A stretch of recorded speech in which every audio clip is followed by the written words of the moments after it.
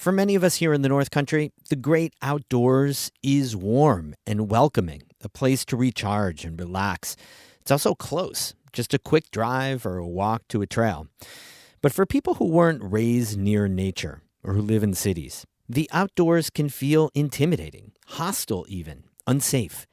One woman in Rochester is trying to erase that mistrust among people of color and saying, hey, places like the Adirondacks are for you too. That's today's story of the day. Support for Story of the Day comes from Morja Wealth Management, serving the North Country for 3 generations. MorjaWM.com, securities offered through Hightower Securities, LLC, member FINRA, SIPC. Hightower is an SEC-registered investment advisor. And Kinney Drugs, now offering specialized home medical equipment and supplies. Learn more at kinneyhomecare.com. Hey, I'm David Sommerstein. It's Tuesday, April 8th. First up, Governor Kathy Hochul says the mother and 3 children detained on a Sackett's Harbor dairy farm and sent to Texas have returned to Jefferson County. She said the family, the school where the children are enrolled, and the entire community were traumatized by the incident, which she called a living hell. They've been displaced, they've had their lives turned upside down, and they don't know the future. They didn't know at the time whether or not they're going to be sent to another country. So I would call that a living hell. Speaking with NPR, Hochul credited Sackett's Harbor and the 1,000 people who protested the detention Saturday for playing a role in the family's release. Hochul also said the family's father was not detained on March 27th because he was out working on the farm. And the father not knowing what happened to his wife and children over this 11-day period, that's also traumatic. Federal immigration agents detained 3 other people that day. Their status is unknown. As part of President Trump's crackdown on people in the country illegally, workers on a dairy farm in St. Lawrence County were also detained late last month. New York's dairy farms employ thousands of immigrants, many without legal documents. Hochul said removing them would devastate one of the state's top industries. I'd like to ask Washington, who are you replacing these workers with? Do you want to stop drinking milk tomorrow? Do you want to not have your yogurt anymore? I mean, this is going to cut in a very negative way.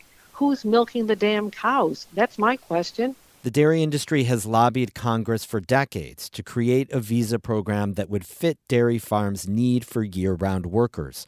But none exists, and Congress has so far failed to act.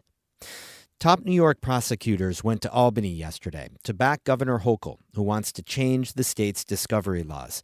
Jung-Yoon Han from the New York Public News Network has this report.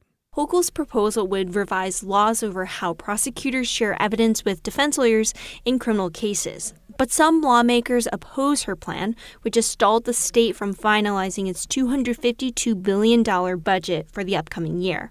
Critics say Hochul's proposal would be unfair to defendants.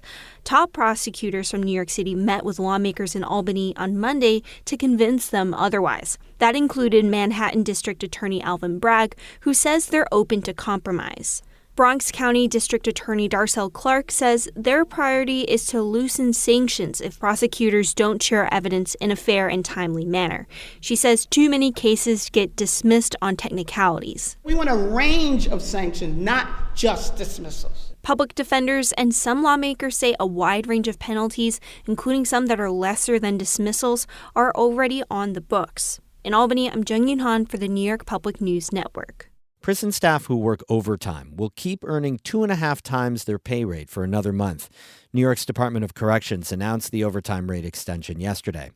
The statement cited the ongoing challenges and significant work that prison staff have taken on amidst a major staffing shortage following the 3-week wildcat strike.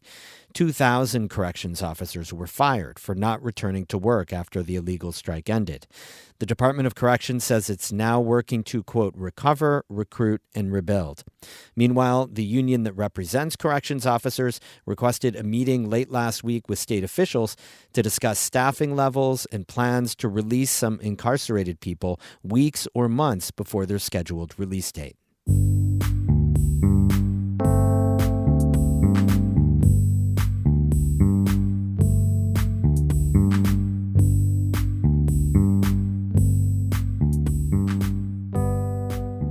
One of the things that makes the Adirondack Park so unique is that it's free to visit.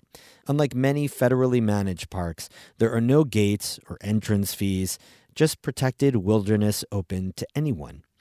But some advocates say not everyone feels welcome in the Adirondacks. People of color make up fewer than 10% of visitors, even though they represent over 40% of the state's population. One woman from the Rochester area wants to change that by helping more people of color discover and connect with the park. David Escobar has her story. When Lucia Nicholson immigrated to the U.S. in the 1970s, she says it was her first experience with segregation, but not just between her neighborhood's black and white residents. The biggest segregation for me was the segregation from trees, from nature. Nicholson grew up in Haiti's bustling capital city, Port-au-Prince, but her fondest childhood memories were at her grandmother's farm in the countryside. She remembers walking barefoot through rows of coffee and cacao orchards, feeling grass brush between her toes. Everything was so pure, so completely undisturbed by the human's presence. That feeling was hard to recreate in a New York City park. She wanted to get out of her small Brooklyn apartment and into nature. So Nicholson started asking mentors how she could visit a national park. They actively discouraged her. They said I will not come back out alive. They said that I will encounter bodily harm, and if I survive it, I'll be harmed, and I may not even survive it. That moment stuck with her. It was her first exposure to a feeling she says runs deep in many black communities across the country, that remote outdoor spaces aren't safe. If I had the first encounter with nature where I know that when I go in it, I may not come out, I can see the reluctance about this is not a place I will go. Nicholson says that fear is rooted in history. The legacy of racial violence, including lynching, continues to make some black Americans hesitant to travel to remote places like state and national parks. That narrative upset Nicholson. I find that totally the opposite of the values of the country that I have learned about in books, that I have so eagerly been looking forward to enjoy that same freedom. Nicholson decided she had to take action. Since moving to the Rochester area, she's worked to bring black and brown communities into the state's outdoor spaces. She began collaborating with the Adirondack Diversity Initiative and local outdoor educators to craft guided trips for people of color to explore the Adirondacks. Nicholson says many first-timers feel uneasy jumping into a new activity, and for good reason. What I discovered in my work, sometimes people don't have the proper shoes, they don't have the proper clothing, they don't have transportation, they don't have the food that they need. Nicholson says there's also the concern of being out of cell service range or feeling out of place in majority white towns. Curbing those fears comes down to trust. She says seeing people who look like you leading a paddling or hiking trip into the Adirondacks matters. It helps first-timers let their guard down and fully embrace the experience. So far, the results have been transformative. No matter the apprehension, the suspicion, the reticence, they always leave the trail saying, I want to do that again. Nicholson says being a role model is only part of her work. She knows firsthand that people in cities face obstacles to visiting places like the Adirondacks, not having time to visit or a way to get there. There was a time, for example, you could have told me about the Adirondack till you turned blue in the face. I could not have done it as a young immigrant of two blue-collar workers, mom and dad who work 7 days a week, 6 days a week. They would not have known how to get me to it, and we didn't have the financial capacity to do it. Nicholson says a lack of time and resources will continue to be a challenge, but she believes the Adirondacks need to engage newcomers from communities that haven't historically come to the park, but as New York taxpayers are helping to pay for it. Doing so could yield more regular visitors to the Adirondacks and increase the number of people who want to protect it. You cannot protect what you don't love. You can't love what you can't see. In order to create new stewards, new interests, new lovers, we need to bring new people. Protecting the Adirondacks, she says, is a job that will require all New Yorkers.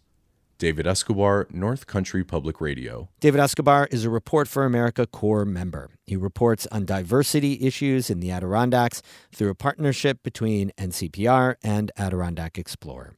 More news at ncpr.org. Music today by Eddie Lawrence of Saranac Lake and Danny Thomas of Canton. I'm David Sommerstein, North Country Public Radio.